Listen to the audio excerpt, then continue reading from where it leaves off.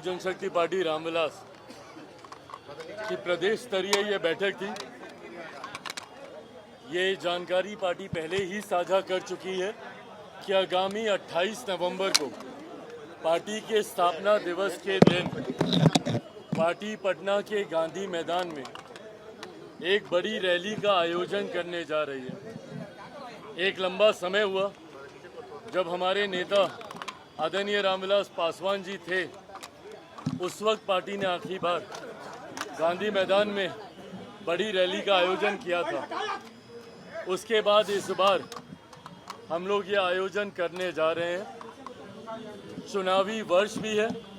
अगले साल लगभग इस समय तक संभवतः नई सरकार का गठन हो गया होगा। ऐसे में गांधी मैदान से चुनावी शंखनाद की भी ये शुरुआत होगी। गांधी मैदान की रैली के बाद लोक जनशक्ति पार्टी रामविलास पूरी तरीके से चुनावी मोड में आ जाएगी। प्रत्याशियों के चयन की, सीटों के चयन की ये तमाम प्रक्रियाएं इस रैली के बाद शुरू हो जाएंगी।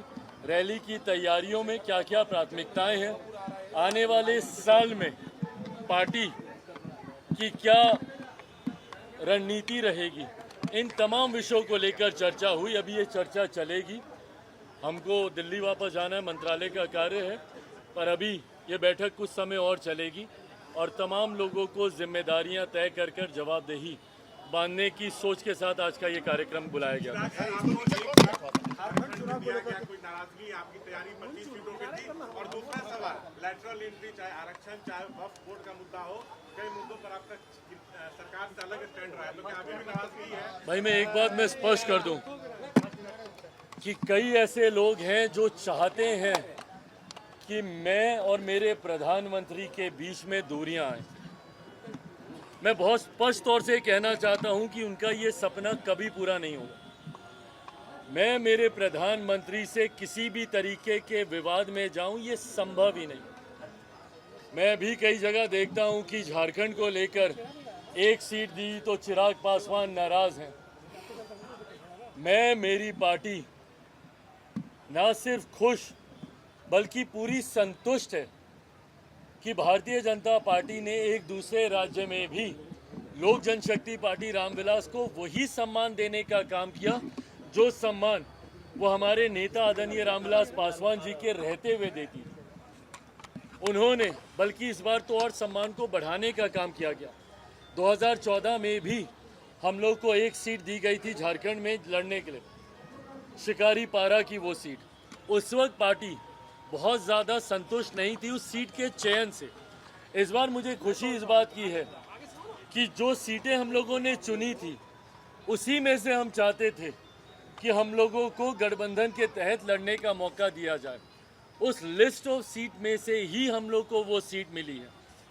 तो जब हम लोग की पसंद की सीट हमें मिली है, पार्टी पूरे जोश उत्साह के साथ हम लोग वहाँ पर चुनावी रण में उतरेंगे, जहाँ इस बात को मैं सुनिश्चित करूँगा कि लोजपा अपनी चतरा की सीट तो जीतेगी ही जीतेगी, पर हम लोगों की अहम भूमिका भाजपा और गठबंधन को बाकी सीटों पर भी जीत दिलाने को लेकर होगी।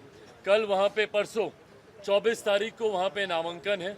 उस नामांकन में भी मैं झारखंड जाऊँगा और मैं मानता हूँ, पूरा विश्वास है कि हेमंत सोरेन जी की मौजूदा सरकार, जिसमें इतने विवाद और भ्रष्टाचार देखने को मिले, पहली बार झारखंड को शर्मसार होना पड़ा कि उनके मुख्यमंत्री तक को भ्रष्टाचार के आरोपों में जेल जाना पड़ा।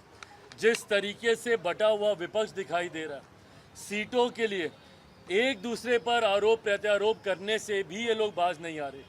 किस प्रकार का ये गठबंधन, जहाँ पे राजद, कांग्रेस खुलकर एक दूसरे के ऊपर आरोप प्रत्यारोप लगा रहे हैं, तो जो गठबंधन एक दूसरे के साथियों को गठबंधन में चुनाव लड़ने तक का सम्मान नहीं दे पा रहा, तो कैसे एक मंच पर आकर एक दूसरे के वोटर्स को ये लोग कन्विंस करेंगे एक दूसरे के समर्थन में मतदान करने को लेकर।